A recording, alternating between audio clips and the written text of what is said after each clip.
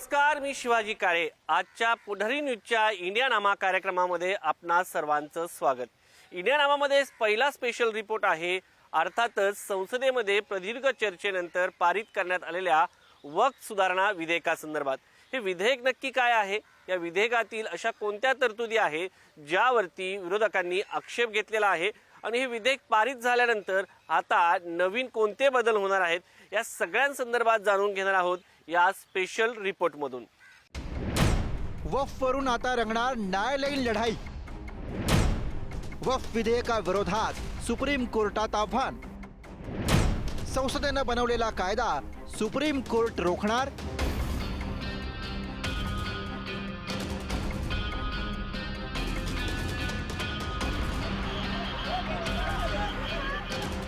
संसदेमध्ये बहुमतानं मंजूर झालेल्या बहुचर्चित वक्फ सुधारणा विधेयकाला लवकरच कायद्याचं स्वरूप प्राप्त होणार आहे। पण या विधेयकाला मुस्लिम संघटनांपासून ते प्रमुख विरोधी पक्ष काँग्रेसपर्यंत अनेकांनी विरोध केलाय।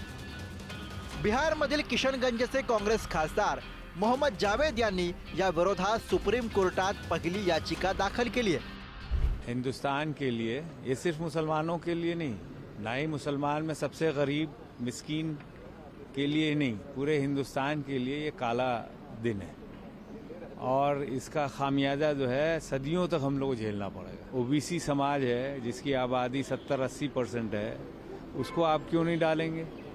ये सब है ना। बेसिकली मोदी सरकार जो है हिंदुस्तान के लोगों को हर वक्त उलझा के रखना चाहती है। और दूसरा ये है कि अपने मित्र दोनों के लिए वो ज़मीन, हिंदुस्तान की ज़मीन कम पड़ जाएगी। काँग्रेस व्यतिरिक्त all India Muslim personal law बोर्डाने सुद्धा वक्फ सुधारणा विधेयकाला सुप्रीम कोर्टात आव्हान देण्याची भूमिका स्पष्ट केली आहे। या कायद्याविरोधात देशव्यापी आंदोलन करण्याचा इशारा सुद्धा देण्यात आलाय। हे विधेयक असंवैधानिक आहे, त्यात धार्मिक स्वातंत्र्याचं उल्लंघन करण्यात आलंय असा विरोधकांचा मुख्य आक्षेप आहे। वक्फ बोर्डामध्ये गैरमुस्लिमांना प्रवेश देणं हा धार्मिक स्वातंत्र्याच्या अधिकाराचं हनन आहे असंही त्यांचं म्हणणं आहे। पण वक्फमध्ये कोणत्याही गैरमुस्लिमाला स्थान दिलेलं नाही, पण वक्फ बोर्डामध्ये गैरमुस्लिम सदस्य आणि महिलांना समाविष्ट करण्याची तरतूद विधेयकामध्ये आहे असं सरकारनं स्पष्ट केलंय। नव्या विधेयकानुसार वक्फ बाय युजर ही संकल्पना रद्द करण्यात आली आहे। एखादी मालमत्ता दीर्घकाळापासून मशीद किंवा कब्रस्तान म्हणून धार्मिक कार्यासाठी वापरली जात असेल तर ती कोणत्याही कागदपत्रांशिवाय वक्फ मालमत्तेच्या कक्षात येत होती, पण त्यात सरकारनं बदल केलाय। यापुढे कोणत्याही मालमत्तेला वक्फ बनवण्यासाठी तिचे वैध कागदपत्र आणि नोंदणी बंधनकारक करण्यात आली आहे।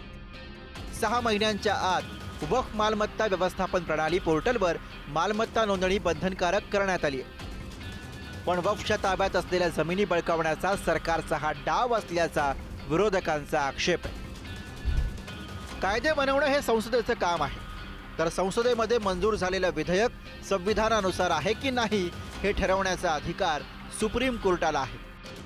त्यामुळे वक्फ सुधारणा विधेयक संविधानाच्या कसोटीवर किती खरं उतरतं याचा फैसला सुप्रीम कोर्टाला करावा लागणार आहे।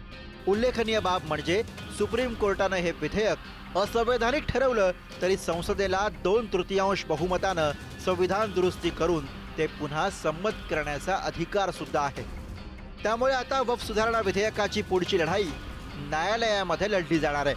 ब्युरो रिपोर्ट, पुढारी न्यूज।